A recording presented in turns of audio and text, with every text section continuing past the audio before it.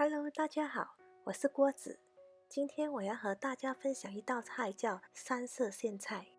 材料有苋菜、蒜米、江鱼子、皮蛋、2个咸蛋黄和2个鸡蛋。把每个咸蛋黄分成4份，把皮蛋清干净，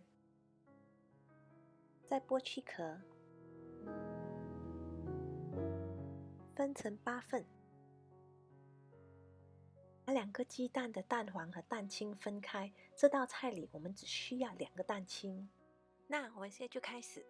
首先爆香江鱼子，把江鱼子盛到碗里待用。再爆香蒜米，把苋菜倒进锅里炒熟。苋菜炒熟后放进一个大碗里。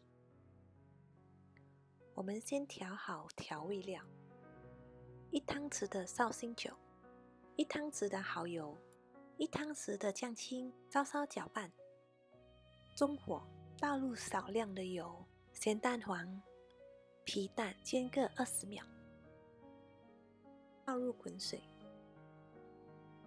让鸡蛋和水滚一滚，让鸡蛋出味，加入调味料。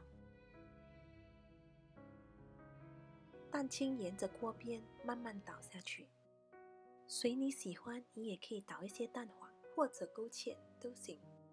搅拌个3秒就可以熄火了。把鸡蛋和汤汁打入刚刚的那个大碗里，